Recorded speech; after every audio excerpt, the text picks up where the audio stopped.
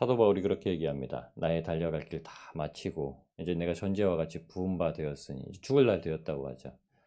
근데 이 말씀을 하고 난 다음에 사도 바울이 그 뒤에 뭐라고 얘기하냐면 대만은 세상을 살아가며 나를 떠나갔고 이렇게 얘기합니다. 사도 바울 자기는 주님 앞에 신앙을 지키고 끝까지 죽을 때까지 많은 미혹을 벗어버리고 세상을 벗어버리고 하나님의 말씀에 묶여 사는데 데마라는 아주 귀한 사역자는 세상에 점점 다시 물들어서 떠나가 버리고 맙니다. 성경에는 이제 그 이후의 일은 기록하지 않지만 사도 바울이 이렇게 얘기했다라는 건 우리가 신앙생활하는 데 있어서 마침표를 찍는 날까지 어떻게 살아가는가가 가장 중요한데 오늘 그 말씀을 함께 나누게 되었습니다. 오늘 말씀을 보시면 우리에게 주시는 말씀은 회복입니다. 회복. 우리가 신앙생활을 하게 된 것, 예수 그리스도께서 우리를 위해서 십자가를 지셨던 것 단 한 가지입니다. 회복. 그래서 예수님을 이 지상에서는 그냥 우리의 주인으로 삼고 살아가지만 예수님께서 오신 목적은 아버지께로 우리를 보내시기 위해서 그러십니다. 부르시기 위해서죠. 하나님께로부터 단절되었던 죄로 인해서 단절되었던 관계가 다시 회복되어지는 것이 목적입니다. 인생은 어떻게 사냐? 하나님과 관계 회복이 계속 되어지는 것을 누리며 사는 인생입니다. 그러면 이제 인생이 즐겁죠. 인생은 고난도 견딜 수가 있고요. 인생은 어려움도 겪을 수가 있고요. 인생은 다른 것 필요 없이 하나님으로 인해서 삶이 행복해지게 되어 있습니다. 이거는 불변의 진리지만 불변의 진리를 알아도 누리지 못하고 보아도 누리지 못하고 만져도 누리지 못하는 자가 있습니다. 구약과 신약의 두 이 성경에 중요하게 표현하는 겁니다. 구약에서는 죄를 얘기했고 신약의 첫 장에서는 의를 얘기합니다. 아담은 죄를 져서 하나님 앞에 떨어진 걸 얘기하고요. 복음서의 시작인 마태복음부터 시작되는 말씀은 예수 그리스도께서 이 땅에 오심으로 말미암아 죄악된 세상 가운데 의가 오셨다는 것을 얘기합니다. 그래서 요한일서 1장 1절에서 2절 말씀은 태초로부터 계신 그 말씀이 우리에게 오셨으니 우리가 이제 그것을 들은 바요, 본 바요, 손으로 만진 바라. 이것이 나타내어졌다. 우리에게 나타내어졌다. 그렇게 얘기합니다. 예수님이시죠. 예수님을 붙들고 사는 게 이 땅의 가장 큰 복입니다. 오늘 엘리사를 통해서 보여주는 것, 성경의 구약의 신약의 인물들과 구약의 인물들을 하나님께서 드러내신 이유는 참 조금 상이합니다. 신약의 인물들은 알고 행하는 것들입니다. 예수님으로 말미암아 구원받고 행하는 것들입니다. 구약의 인물들은 하나님의 은혜 받고 하나님과 사람이 교통하고 하나님께서 사람을 지켜보시고 교통하고 계시다는 그 사실을 일부의 특정 사람들을 통해서 하나님께서 역사를 하십니다. 은혜 받은 자들이죠. 신약의 때는 성령의 시대이기 때문에 누구라도 은혜를 받을 수 있습니다. 그런데 구약의 때는 그렇지 않아요. 누구라도 받을 수 없습니다. 그러니까 하나님을 알아도 하나님의 백성이라고 여기고 스스로 살아도 은혜를 못 받고 살아갑니다. 그 수많은 은혜를 못 받고 살아가는 이 북이스 이스라엘 민족, 갈라지게 되었던 민족 중에 하나님께서 그 아무것도 없는 땅, 하나님의 성소도 없고 우상이 새겨지는 단이 두 개만 새겨진 북이스라엘, 그러니까 다윗의 계보도 아니고 아무것도 상관없는 곳에도 하나님께서는 선지자들을 보내시죠. 선지서들을 보면요, 북이스라엘 선지자들이 더 훌륭한 선지자들이 많습니다. 아무것도 없는 땅에 하나님께서 선지자들을 보내서 끊임없이 그들을 사랑하고 계시다는 걸 얘기하고 계시죠. 오늘 말씀에도 이렇게 얘기합니다. 하나님께서 치시고자 하는 북이스라엘의 우상 숭배하는 것을 정말 가증히 여기신다라는 걸 깨닫게 하시기 위해서 세 명의 인물을 세우시는데 아람 왕 하사엘이고 두 번째는 이제 이스라엘의 새 왕으로 세운 예후죠. 그리고 선지자로 세운 엘리사입니다. 다 이스라엘에 관여된 자들이죠. 이스라엘의 왕, 이스라엘의 선지자, 그리고 이스라엘의 대적. 그 나라의 왕, 그 나라의 선지자, 그 다음에 대적들까지도 다 하나님의 은혜를 깨닫게 하신 통로입니다. 근데 그 중에 가장 중요한 인물인 엘리사가 이제 죽게 되었습니다. 엘리사가 죽고 나서 이제 선지자, 그 아주 귀한 선지자의 하나님의 말씀이 끊어지게 되죠. 쭉 그 강간이 계속 이어집니다. 사사의 때처럼요. 근데 엘리사는 이스라엘이 왕조차도 가장 신뢰하는 인물이었죠. 그래서 요아스 왕이 엘리사에게 나오면서 오늘 이렇게 얘기합니다. 내 아버지여, 내 아버지여, 이스라엘의 병거와 마병이여, 이렇게 얘기합니다. 이 말은 열왕기하 2장에 엘리사가 엘리야에게 했던 그 말을 그대로 답습하는 겁니다. 내 아버지여, 내 아버지여, 이스라엘의 병거와 마병이여. 그러니까 말씀이 힘이라는 거죠. 실질적으로 병거와 마병이 나라의 힘이 아니라 하나님의 말씀이 선포되어지고 보호하는 게 마병이요, 병거요, 힘이라는 얘기입니다. 그리고 실질적으로 엘리사는 이스라엘을 침공하려 할 때마다 계략을 미리 듣고 깨달아서 왕에게 고하죠. 그리고 피하게 만듭니다. 정말로 힘입니다. 여러분, 우리의 삶에 하나님의 말씀대로 살면 능치 못할 일이 없다고 말씀하셨죠. 그러니까 피할 길을 내신다 말씀하셨죠. 피할 길이 납니다. 우리가 그거를 반신반의해요. 여러분, 말씀에 묶여 살고 이랬든 저랬든 내가 말씀대로만 살면 하나님은 반드시 피할 길을 내신다라는 게 믿음입니다. 이게 돌아간다는 거예요. 여기서 말하는 가장 중요한 게 바로 회복입니다. 그래서 엘리사의 죽음 가운데, 죽을 병 가운데, 그가 죽고 난 후에도, 그리고 그가 죽고 난 후에 이스라엘 왕이 하나님의 사람이었던 엘리사의 말씀대로 행하는 과정 가운데 무엇을 보여주시냐면 25절 말미에 회복을 보여주십니다. 회복. 25절 말미 이렇게 얘기하죠. 요아스가 베나닷을 3번 쳐서 무찌르고 이스라엘 성읍들을 회복하였더라. 회복하였더라. 이 회복하다는 말은 단순한 의미로 그냥 회복하다는 말도 쓰지만은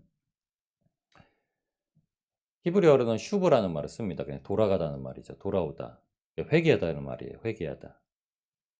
왜 동일한 단어, 여러 가지 단어, 낱말 자체가 많지 않았기 때문에 다른 상황에서 쓸 수도 있었겠지만 구약의 히브리어를 사용하는 유대인들의 관점은 그렇지 않습니다.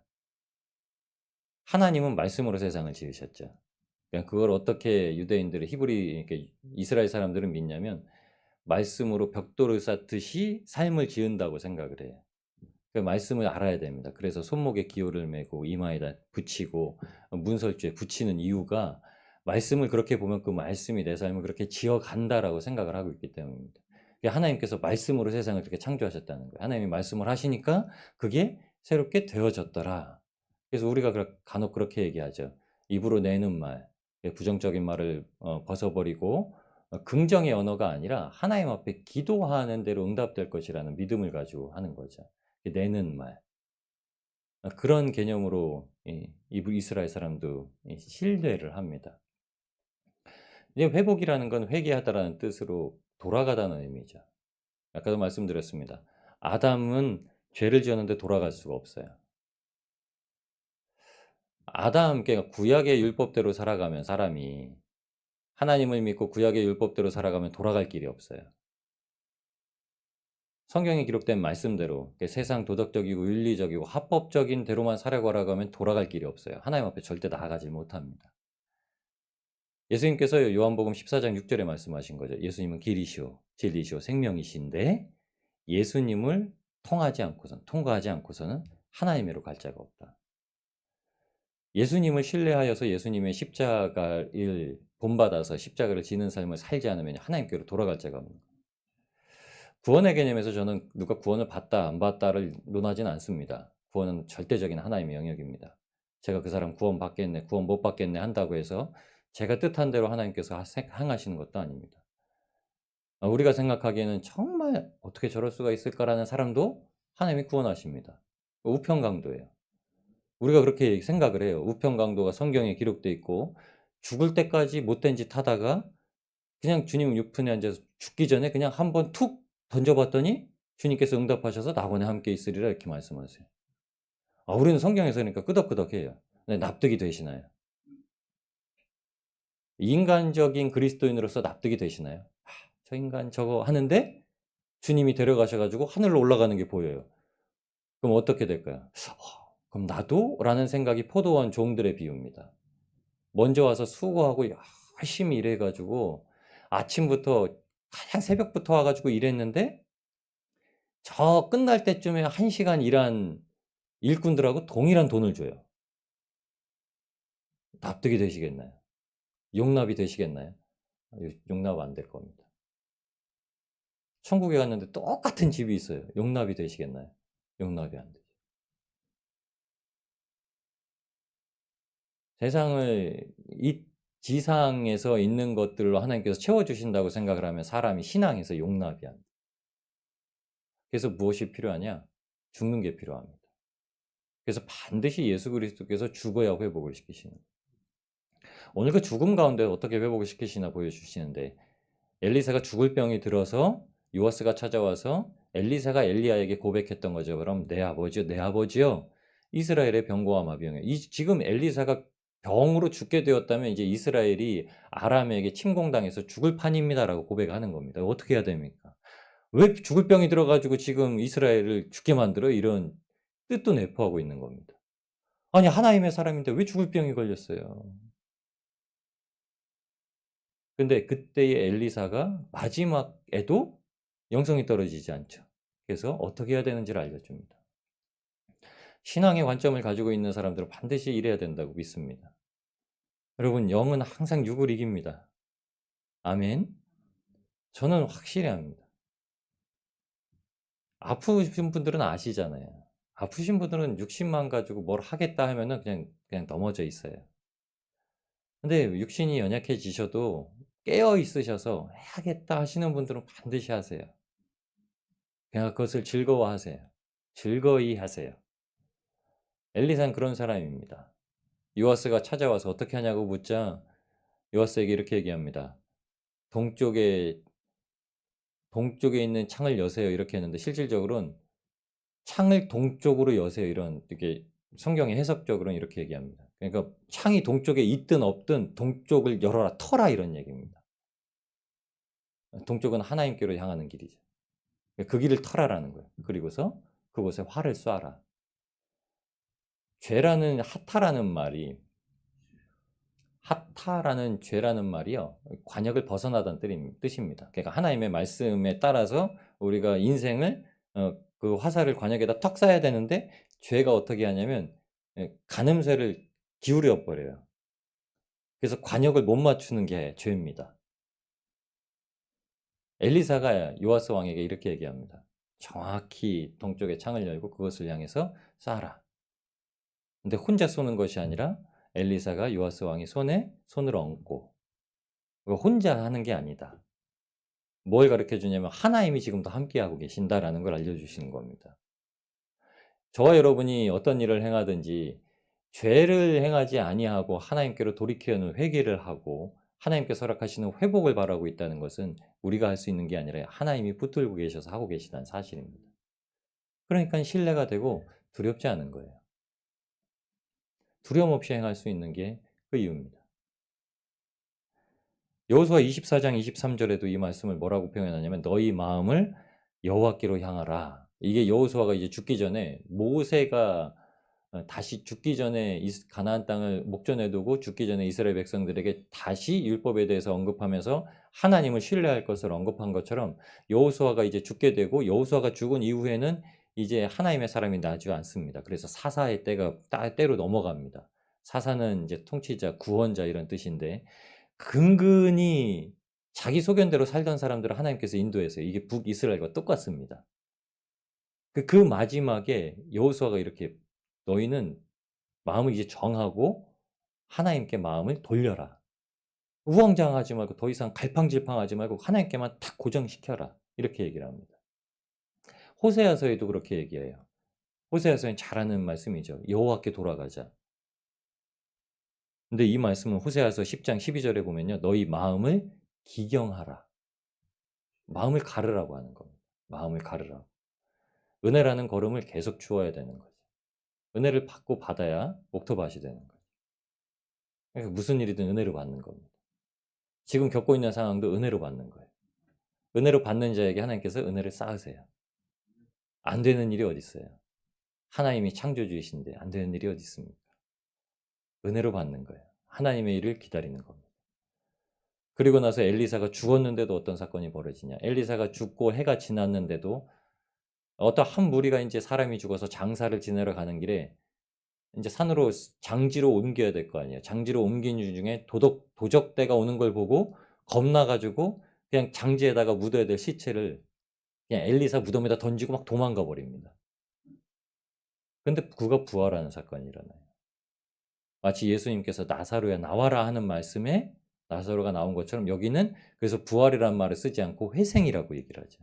회생하였더라. 그냥 그에게 호흡이 다시 들어왔더라. 삶이 들어왔더라. 하나님 앞에 돌아간 게 아닙니다. 하나님 앞에 회복되어서 부활했다는 의미가 아니에요. 우리가 부활한다는 건요, 죽게 되었던 삶이 살아난다는 개념이 아닙니다.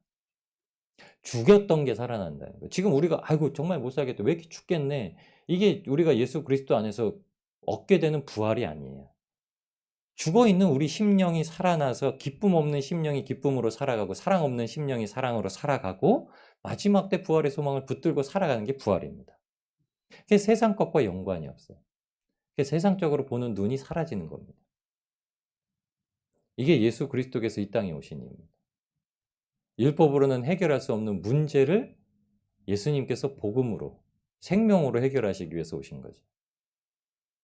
그래서 이삭과 이스마엘의 관계를 갈라디아에서는 뭐라고 얘기했냐면 이스마엘은 율법으로 난 자녀. 이삭은 믿음으로 난 자녀. 그래서 예수 그리스도로 말미암아 난 자녀 이렇게 표현을 합니다.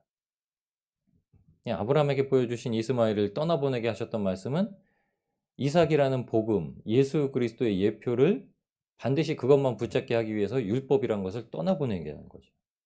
그게 아브라함에게 허락하셨던 창세기 22장에 이삭을 제물로 바치라고 하셨던 말씀이죠. 우리 삶에도 똑같이 그런 것들이 있습니다. 내 삶에 지금 율법으로 잡고 있는 것들을 떠나보내야 할 때, 그걸 떠나보낼 때 복음을 잡게 되는 거죠. 여러분, 그게 사람이 죽게 되는 사건처럼 와요. 그런데 사람이 죽어도 살아납니다. 사람이 하나님의 말씀 안에 죽어도 어떤 상황이든 하나님의 그 죽어진 사람에게 붙는 사건은요, 살아납니다. 여러분, 그러니까 저와 여러분이 먼저 죽어 있으면 저희한테 던져지는 시체는 살아나는 거예요. 우리는 죽어도 상관없습니다. 우리는 죽어도 살겠고라는 거를 우리는 신앙 고백하니까요. 그러니까 우리는 날마다 죽는 거예요. 사도 바울이 왜 자기가 날마다 죽을까요? 자기가 날마다 죽어야 자기한테 던져지는 시체들이 살아나니까요. 나 때문에 날마다 죽는다고 사도 바울은 고백하지 않아요. 성경의 인물들이요, 주님 앞에 달려갈 길을 다 마친다. 내가 주님과 헌신하여서 주님과 함께 죽고 주님과 부활한다는 말은요, 내가 천국 가기 위해서 그 말하는 거 아닙니다. 그러니까 내 형제들이 생명책에 기록되기 위해서는 내 이름이 생명책에 지워질지라도 사도 바울도 그렇게 고백하고 모세도 그렇게 고백을 합니다. 그래서 이게 하나님의 계명을 이루는 거죠. 예수님의 가장 큰 계명이라고 주셨던 하나님을 사랑하라, 이웃을 사랑하라, 형제를 사랑하라. 그리스도인들은 그래서 헌신하는 존재죠. 헌신은 예수님의 헌신을 따르는 겁니다. 수건을 허리에 두르시고 대야에다가 물을 떠오셔서 제자들의 발을 씻기셨던 이유는 너희도 이와 같이 섬기는 자가 되어라. 하나님을 섬기는 자는 반드시 사람을 섬기는 겁니다. 그럼 오늘 이렇게 허락하시는 사건들 가운데 하나님 반드시 회복시키십니다. 하나님께서 우리의 이 삶을 회복시키시는 것이 아니라 우리의 가장 중요한 문제, 하나님과의 관계, 그 천국에 대한 확신, 구원에 대한 기쁨을 회복시키시는 겁니다. 그래서 세상에 달려갈 힘을, 동력을 얻는 겁니다. 여러분, 오늘 하나님께서 반드시 이렇게 일하실 줄 믿습니다. 저와 여러분이 죽더라도 하나님께서 회복시키십니다. 죽더라도가 아니라 죽기를 원하시죠. 여러분, 힘든 길입니다. 그러나 힘든 길에 땀방울이 핏방울 되도록 기도하면서 나아가는 겁니다. 기도하면 들으시는 겁니다. 하나님께 오늘도 우리가 가지고 있는 모든 문제에 대해서 하나님 앞에 맡겨드릴 때 하나님께서 반드시 응답하시고 하나님께서 회복시켜 주시고 하나님께서 살리실 줄 믿습니다.